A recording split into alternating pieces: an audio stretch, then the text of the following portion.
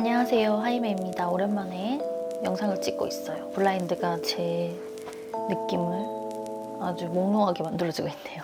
오늘은 댓글 2탄을 촬영하려고 해요. 질문해준 것들이 대부분 우리 구독자분들이 궁금해하는 것과 겹칠 수 있는 게 많아요. 근데 영상마다 다 따로따로 띄워져 있기 때문에 한번 모아서 설명을 해주자 싶어서 지금 영상을 켜게 되었어요. 지금부터 댓글을 봐볼게요.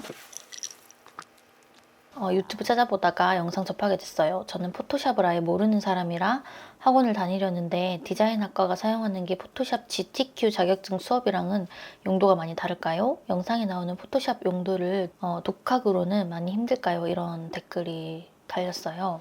프로그램 어떤 거 다룬다, CAD, 포토샵, 일러스트, 그다음에 스케치업, 스케치업 V-ray 또는 enscape 또는 맥스 이런 것들을 사용한다라고 얘기를 해놨는데 여기에 대한 댓글은 내가 포토샵 GTQ 정도만큼 수준은 필요 없고 그냥 공간 디자이너는 CAD랑 스케치업 같은 렌더링 3D를 더 많이 사용하니까 어느 정도 약간의 리터치 할 정도만 알면 된다. 그래서 유튜브 같은 데 워낙 좋은 강의들도 많으니까 그런 기본만 알고 있으면 그 회사에서 하는 스타일을 하나 배워서 똑같이 따라가면 된다. 이렇게 댓글을 달았어요.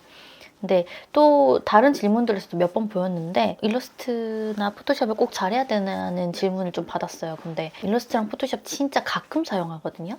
보통은 공간 디자인 하면 CAD를 제일 많이 쓰고요. 그 다음에 3D 해서 구현해서 공간을 보여줘야 되니까 스케치업 많이 씁니다.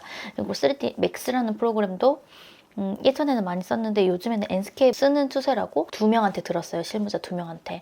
저도 엔스케이프 공부하고 있고 해서 엔스케이프를 좀 추천해주고 싶어요. 루미온이라는 것도 있는데 저는 안 써봐서 모르겠지만 네. 그래서 이 질문에서는 내가 꼭 GTQ 자격증, 우리가 그래픽 디자이너 할 건 아니니까 그렇게까지 막 전문적으로 안 해도 된다. 기본은 알면 좋다. 이렇게 대답을 하고 싶고 두 번째 질문은 이분도 이제 학원 상담을 하고 나서 저한테 댓글을 단 것 같아요. 공예과를 졸업하고 가구 디자인을 취업하고 싶어서 프로그램을 좀 더 배워보고자 학원에 상담을 갔는데 요즘 기업들은 가구 디자이너 뽑는데도 가구 디자이너만 하는 사람 뽑지 않고 공간 디자인도 같이 하는 사람 뽑는다고 하면서 학원에서 CAD, 스케치업, 포토샵 위에 맥스, 인테리어 디자인에서 배우는 제도까지 이렇게 권유를 했다고 해요.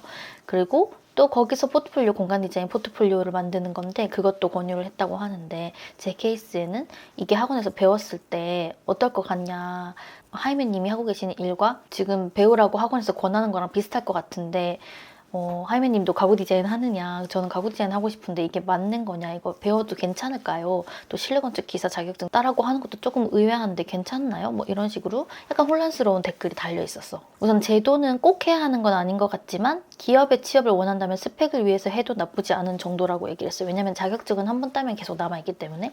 그리고 포트폴리오는 학원 포트폴리오 스타일이랑 자기가 원하는 스타일이랑 맞는지 체크해보고 결정하는 게 좋다. 그렇지만 학원에서 가구 위주의 포폴이 아니라고 하셨으니 기별로 준비하시는 것도 추천드리고 싶다. 이렇게 얘기했어요. 저도 가구 디자이너로 취업을 해본 적은 없지만 인테리어 디자이너들도 가구 디자인 하잖아요. 디자인 컨셉 잡아서 딱 가구 디자인을 하니까 영 상관이 없는 얘기를 학원에서 한 것 같지는 않지만 그래도 이분 입장에서는 가구 디자인 포트폴리오 하는데 또 따로 없는 것 같고 그러니까 인테리어 포트폴리오라도 해야 되는 건가? 이런 의문이 드셨던 것 같아요. 근데 이건 하여튼 선택은 본인이 하는 거겠지만 이렇게 답변을 드렸고 하이맨님, 저는 서울에서 경영학과 3학년을 재학 중인 학생인데 진로 고민이 있어서 조언 부탁드려도 될까요?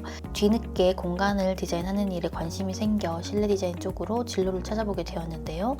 일단 제 상황에서 첫 번째, 현재 재학 중인 학교에서 관련 학과로 전과한다. 두 번째, 일단 학원을 다녀서 실내건축 산업기사 자격증을 취득한다. 이렇게 두 가지 방향을 생각해봤어요. 그런데 제가 다니는 학교에서 관련 학과로 전과를 하게 되면 건축학부에 속하게 되어 5년제 과정을 거의 다시 다녀야 한다고 하더라고요. 제가 찾아본 바로는 학교에서도 결국 이론만을 가르치고 또 관련 기사 자격증을 별도로 따야 하며 그런 전문적인 과정을 거치지 않고도 실무 일을 바로 하면서 일을 배워나갈 수 있을 것 같다는 생각이 들어서요. 그리고 심지어는 실무에서 CAD 같은 것은 별로 잘 쓰지 않고 스케치업으로 모두 커버하는 경우도 있다고 들었어요. 그렇지만 포트폴리오를 만드는 과정이나 정말로 이 일을 전문적으로 할 때에 전공 과정을 거쳐서 교육을 받는 것과 안 받는 것에 분명 차이가 있을 텐데 어느 쪽으로 방향을 정해야 할지 고민이 되는데 주변에 관련 종사자도 없고 질문할 곳이 없어서 이렇게 무턱대고 지푸라기라도 잡는 심정으로 댓글을 달아요. 긴 글 읽어주셔서 감사합니다. 진짜 제가 이때까지 달렸던 댓글 중에 최고로 긴 댓글이에요. 어떻게 얘기를 해주면 좋을까 생각을 해서 이렇게 달았었네요. 3학년인데 다시 5학년으로 다니긴 부담스럽기는 하죠. 건축적으로는 좀 긴 편이지만 다른 관련 부서는 그렇게 또 길지는 않으니까 실내 디자인과나 생활과학과 같은 곳으로 편입하는 것도 방법 중에 하나일 것 같아요. 일단 그 학교에는 건축학과밖에 없다고 했고 5년 다니는 것에 대해서 부담감을 가지니까 이렇게 얘기했었고, 근데 진짜 이 일을 오래 하고 싶으신지 잘 생각해 보시고 결정하셨으면 좋겠다고 말씀드렸어요. 이렇게 말해주는 게 맞는지도 솔직히 잘 모르겠어서 조심스럽네요. 그래도 그냥 뭘 선택해도 다 나중에 시간 지나고 나서 후회 안 할 선택하라고 말하고 싶어요. 그리고 참고로 건축 쪽 실무랑 실내 디자인 쪽, 실내 건축 쪽, 무대 디자인, 공공 디자인, 전시 디자인, 리테일 디자인 등등 진로 방향은 매우 다양하니까 내가 가고 싶은 취업 방향이 공간 디자인 쪽에서도 어디에 속하는 건지 알아보신 다음 결정하셔도 좋을 것 같네요. 이렇게 대답을 했네요. 그러니까 그 캐드는 별로 안 쓰고 스케치업으로 모두 커버한다고 하는 이런 부분은 무조건 도면을 그려야 맞거든요. 그러니까 뭐 정말 작은 평수의 공간을 할 때는 뭐 스케치업으로 해서 내가 직접 시공할 때는 가능하다고 보고요. 바쁠 때는 아파트 짓는데 설계 안 하고 할 수는 없으니까, 그런 거를 그냥 날림으로 스케치업으로 할 수는 없으니까요. 그게 처음 배울 때는 좀 그래요. 경력직 때는 스케치업으로만 해도 뭐 어떻게든 하면 될 텐데. 그리고 또 만만치 않게 긴 게 있었어. 이분은 되게 조심스럽게 올렸는데 저는 예비 졸업생이고 몇몇 회사에 면접을 보고 왔습니다. 다만 먼저 어떤 전시회사를 간 선배가 너무 안 좋은 곳을 다녔어서 갈로 열고 연봉도 얼마 안 되고 주말 주중 다 회사에 나가고 매일 새벽 3, 4시에 퇴근해서 9시에 다시 집에 오고 갈로 닫고 괜히 걱정이 되어서 이 영상을 찾아보게 되었어요. 가기 전에는 어떠한지 모르기도 하고 괜히 겁을 많이 먹게 되네요. 이 정도로 회사 다니기가 힘든 게 보통인가요? 이 선배는 막 미루고 하는 사람도 아니고 정말 성실한 사람이었는데 괜히 겁을 많이 먹게 되어요. 회사마다 다르겠죠? 아직도 이런 회사가 있을 거예요, 분명히. 저는 거의 10년 전이었으니까 2011년도? 그때는 저도 첫 회사는 이런 회사에 다녔어요. 매일 새벽 3, 4시에 퇴근하고 아침 9시에 출근하고, 이걸 거의 한 5, 6개월 정도 반복하다 보니까 아무리 20대여도 이게 너무 힘들어서 도저히 못 견디겠더라고요. 그래서 저는 거긴 그냥 빨리 그만뒀었고, 거기는 이제 지금 제가 이력 쓸 땐 그래서 첫 회사로 기입을 거의 못하고 있거든요. 두 번째 들어갔지만 첫 번째 회사라고 이력서에 기입하는 그 회사에서는 이렇지는 않았어요. 그러니까 진짜 해야 할 때만 하고.